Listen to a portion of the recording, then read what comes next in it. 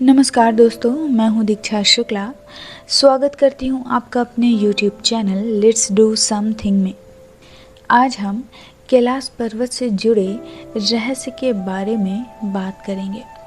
कैलाश पर्वत जहां भगवान शिव और माता पार्वती जी का घर है और जहां से युधिष्ठिर ने अपने स्वर्ग यात्रा की शुरुआत की थी। दोस्तों, शायद आपको पता नहीं होगा कि यहाँ कैलाश पर्वत में अलौकिक और दैवीय शक्तियाँ हैं। कैलाश पर्वत माउंट एवरेस्ट से छोटा है, पर फिर भी कैलाश पर्वत पर कोई भी नहीं चढ़ पाया है, जबकि माउंट एवरेस्ट पर अब तक 4000 से ज़्यादा लोग चढ़ चुके हैं। कैलाश पर्वत की हाइट 6638 मीटर है, जबकि माउंट एवरेस्ट की हाइट 8849 मीटर है। दोस्तों, यदि आप कैलाश मानसरोवर झील के क्षेत्र में जाएंगे तो आपको निरंतर एक प्रकार की ध्वनि सुनाई देगी। ध्यान से सुनने पर यहाँ आपके कानों में डमरू और ओम की ध्वनि सुनाई देगी। इस ध्वनि का स्रोत आज तक कोई नहीं जान पाया है। वैज्ञानिकों के शोध के आधार पर यह भी कहा जाता है कि यहाँ पर हवाएं जब पहाड़ से टकराती हैं और बर्फ पिघलती है तो यह ध्वनि उत्पन्न होती है। इतना ही नहीं, पर्वत के ऊपर आसमान में भी कई बार विशेष प्रकार की दिव्य रोशनी देखे जाने की बात कही गई है। दोस्तों, ऐसा माना जाता है कि यहाँ केवल पुण्य आत्माएं ही निवास करती हैं।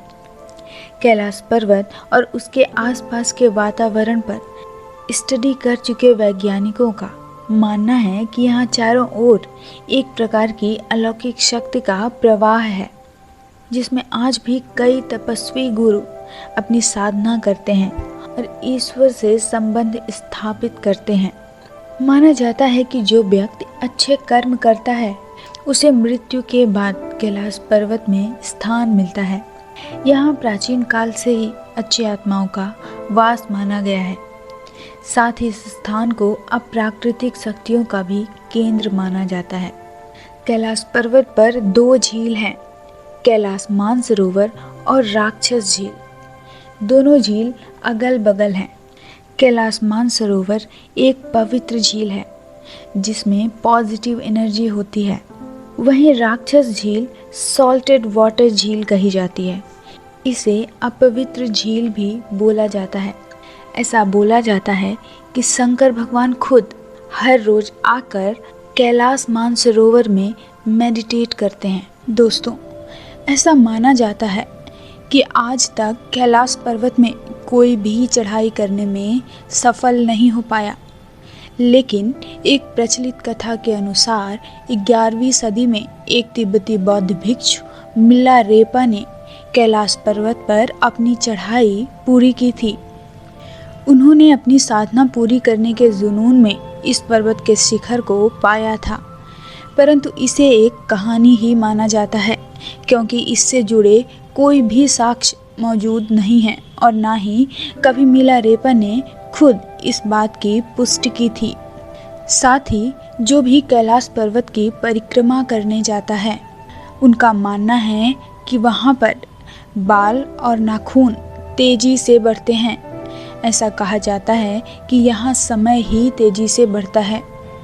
कई यात्रियों ने बताया कि कैलाश पर्वत के चारों ओर समय तेजी से घूमता है, जो दुनिया में कहीं भी नहीं देखा गया। यहाँ आने वाले लगभग सभी लोगों ने यह महसूस किया है कि उनके बाल और नाखून बहुत तेजी से बढ़ रहे हैं। कई हाइकर्स ने दावा किया है कि यहाँ पर चढ़ाई करते वक्त उन्हें लगता है कि उनके नाखून और बाल 12 घंटों के भीतर ही बहुत तेजी से बढ़ रहे हैं।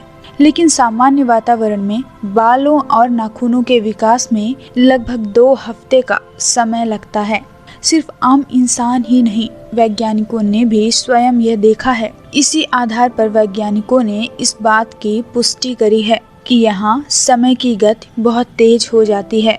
हालांकि इसके पीछे का कारण वे अभी तक नहीं समझ सके। कैलाश पर्वत पर येती भी पाए जाते हैं। येती एक ऐसे जानवर हैं जो कि बंदर के जैसे दिखते हैं। उनका वजन 100 से 150 किलोग्राम तक होता है। साइंटिस्ट का मानना है कि यहाँ पर कैलाश पर्वत में येती के फुटप्रिंट्स मिले हैं। येती एक वन मानुस हैं जो कि इंसानों से बहुत बड़े दिखते हैं। दोस्तों, कैलाश पर्वत के रहस्य को अंत तक सुनने के लिए आपका बहुत बहुत शुक्रिया। अगर आपको ये रहस्य अच्छे लगे तो आप वीडियो को लाइक, शेयर और सब्सक्राइब कीजिए। धन्यवाद।